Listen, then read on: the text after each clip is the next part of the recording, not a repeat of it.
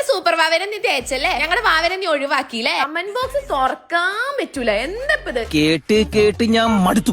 അങ്ങനെ തേപ്പുകാരിന്ന് വഞ്ചകിന്നൊക്കെ കേട്ടിരിക്കുമ്പോഴേ കറക്റ്റ് നമ്മള് mile stone makers ഒരു അവാർഡ് ഷോ വെച്ച് മേക്കപ്പ് എങ്ങാനും കൂടി പോവോന്നുള്ള ടെൻഷൻ ആയിരുന്നു. മേക്കപ്പ് കുറച്ച് കുറവാണെങ്കിലേ ഉള്ളൂ. ഹാവു അത് കേട്ടപ്പോ അങ്ങോട്ട് സമാധാനം ആയിക്കണു. അങ്ങനെ ദേ നോക്കുമ്പോ ആരാ നമ്മ ചേച്ചിയുടെ റൈഫിൾ ക്ലബിലെ പെർഫോമൻസ് കണക്കിന് രോമാഞ്ചം വരുന്ന ഇലിഗാമ, ധ്യാൻ ചേട്ടൻ, അഖിൽ ചേട്ടൻ, അങ്ങനെ ഒരുപാട് സെലിബ്രിറ്റീസ് വന്നിട്ടുണ്ടായിരുന്നു. എന്റെ കുറെ നാളത്തെ ആഗ്രഹമായിരുന്നു ബേബിജിനെ കാണണം. അങ്ങനെ അതും സാധിച്ചു. അല്ല അതിന്റെ ഇടയ്ക്ക് ഇവൻ എന്താ ഇവിടെ കാര്യം? ഓ സൂപ്പർ വാവ ഇപ്പൊ പാൻ ഇന്ത്യൻ സ്റ്റാർ ആണെന്നുള്ള കാര്യം ഞാൻ അങ്ങ് മറന്നു.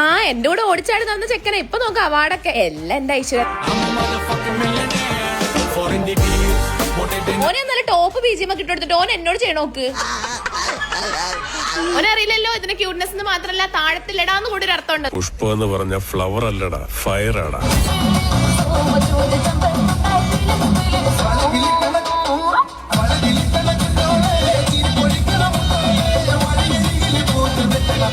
അങ്ങനെ ഡാൻസ് പാട്ടൊക്കെ കഴിയുമ്പോഴത്തേനും ധ്യാൻ ചേട്ടൻ അവാർഡ് വരെ വിളിച്ചു. കഴിഞ്ഞ വർഷത്തെ ബെസ്റ്റ് ന്യൂ ഫേസ് ആങ്കർ ഞാനത്ര. അത് കേട്ടപ്പോ അങ്ങോട്ട് പോലിവായി. ട്രൈ ചെയ്തിടാ ട്രൈ.